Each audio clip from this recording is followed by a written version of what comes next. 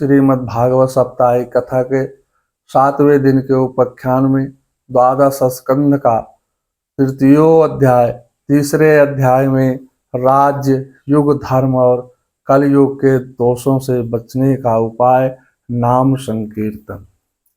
सुखदेव जी राजा परीक्षित जी से कहते हैं, हे राजन, दृष्ट्वात्मानि जये व्यज्ञान नृपान हसत मूरियम अहो मा विशत्की संति मृत्यो क्रीडनका नृभा।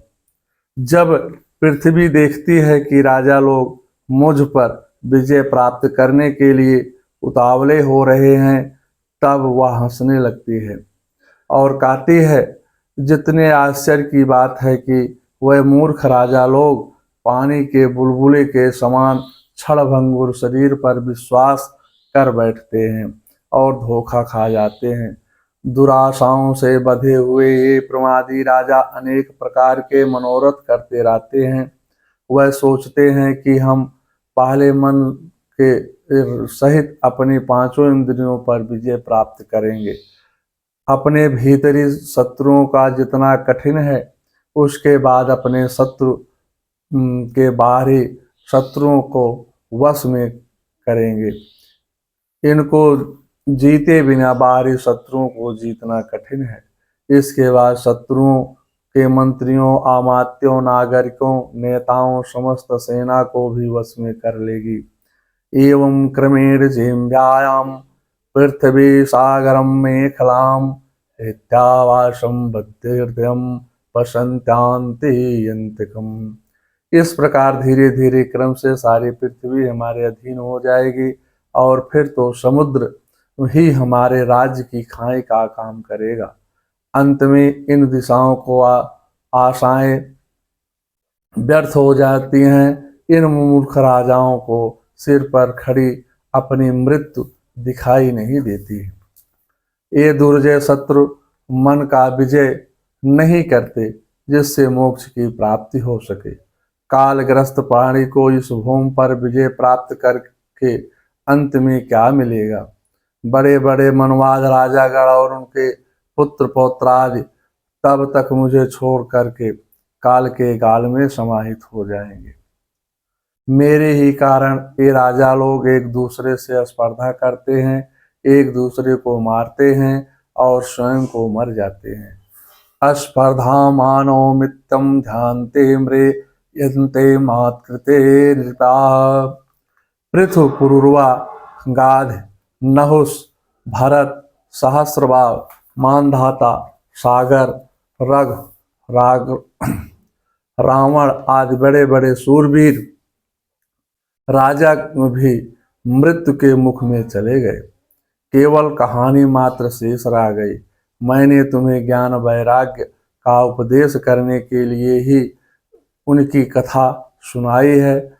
यह सब वाणी का विलास है, इसमें परमार्थिक सत्य कुछ भी नहीं है।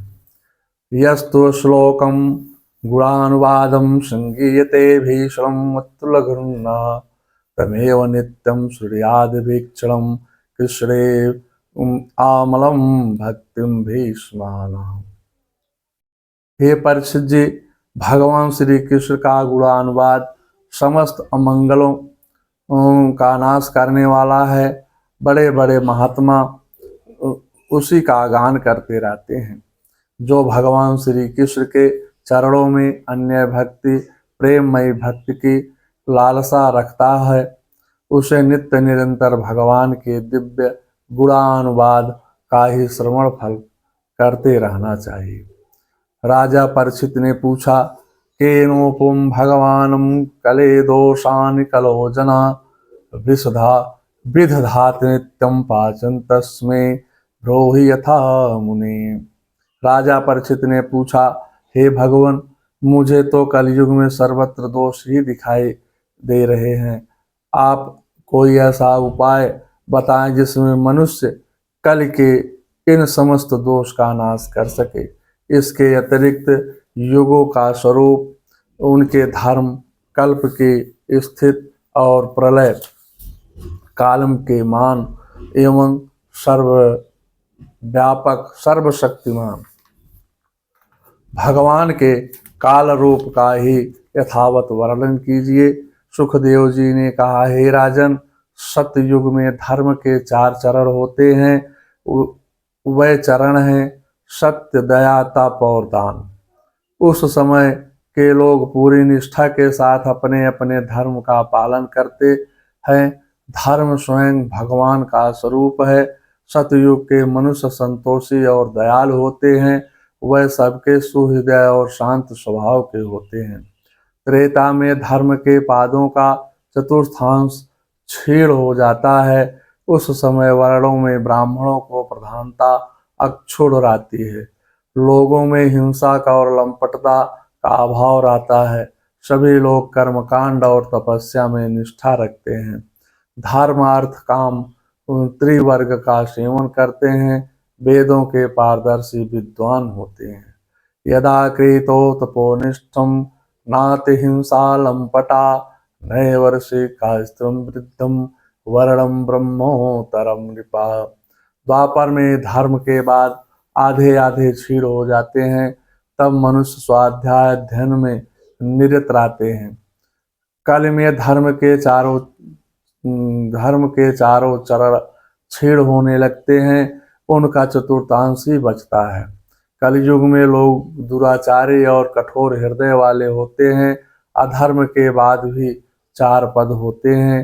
अनृत्य, हिंसा, संतोष और विग्रह कहे गए हैं। उन्हीं से धर्म के पाद नष्ट होते हैं। अनृत्य से सत्य, हिंसा से दया, असंतोष से तप एवं विग्रह से दान का नाश होता है। जैसे एक ही सूर्यादि ग्रह की महादशा में अंतरदशा आती है, वैसे ही एक ही कलयुग में 4 युग तथा यथा समय आते रहते हैं। तदा कृत युगम विद्या ज्ञाने तपस्येद्य रुचि।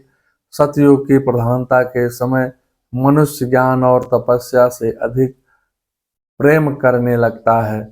काम कर्म में प्रवृत्ति के कारण रजोवृत्ति प्रधान त्रेता युग रहता है। जिस समय लोभ, असंतोष, अभिमान, दंभ और मत्सर आदि दोषों का बोलबाला हो और मनुष्य बड़े उत्साह तथा रुचि के साथ सकाम कर्मों में लगना चाहें, उस समय भगवान द्वापर युग को समझना चाहिए। रजोगुण और तमोगुण की मिश्रित प्रधानता का नाम ही द्वापर युग है।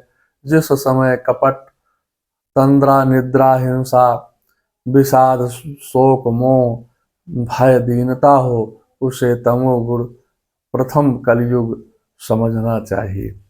शोको मोहो भयम दन्यम ता कलेस्ताम स्मृता। जब कलयुग का राज्य होता है, तब लोगों की दृष्टि शुद्र हो जाती है। अधिकांश लोग भाग्यहीन, मंदगत मति, क्रोधी, पापी, धनहीन, बहुत अधिक खाने वाले होते हैं। स्त्रियों में कुलटापन की वृद्धि होती है। सन्यासी धनवान होते हैं। साले सलाहकार होते हैं। तपस्वी शूद्र तपस्वी भेष धारण कर लेते हैं। शूद्रम प्रतिगृहीतान्ते तपोभेशाप जीवन धर्मं वक्षन्त धर्मज्ञा अधिरोतोत्तमा शासनम। जिन्हें धर्म का ज्ञान नहीं है, वह ऊंचे सिंहासन पर बैठकर धर्मोपदेश करने लगते हैं। थोड़े से लोभ के लिए मनुष्य पुत्र और भाइयों को मार डालते हैं। हीन वर्ण का होकर के जो उच्च वर्णों से पैर पुजाता है, वह निश्चित रूप से नरक का भागी होता है। गोस्वामी तुलसीदास इसी भाव को लिखते हैं।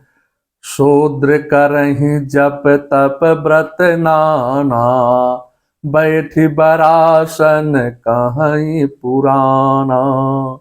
ते विप्रन सन आप पूजावई, उभय लोक निज हाथ न सामई। कलयुग के दोषों को दूर करने के लिए भगवान का गुणगान ही एकमात्र आधार है। अतएव सारे भरोसे छोड़ करके भगवान का प्रेम सहित गान करना चाहिए। गोस्वामी तुलसीदास श्री रामचरितमानस में इसी भाव को लिखते हैं। कल युग केवल हर गुण गाहा, गावत नर पावई भव थाहा। सब भरोस तज सो भज रामहि, प्रेम समेत गाव गुण ग्रामहि।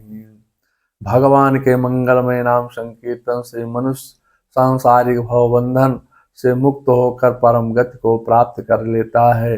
कलो दोषे निधुम राजस्तम मोको महान गुड़ा, कीर्तनादेशम कृष्णस्य मुक्तसम परम व्रजेत।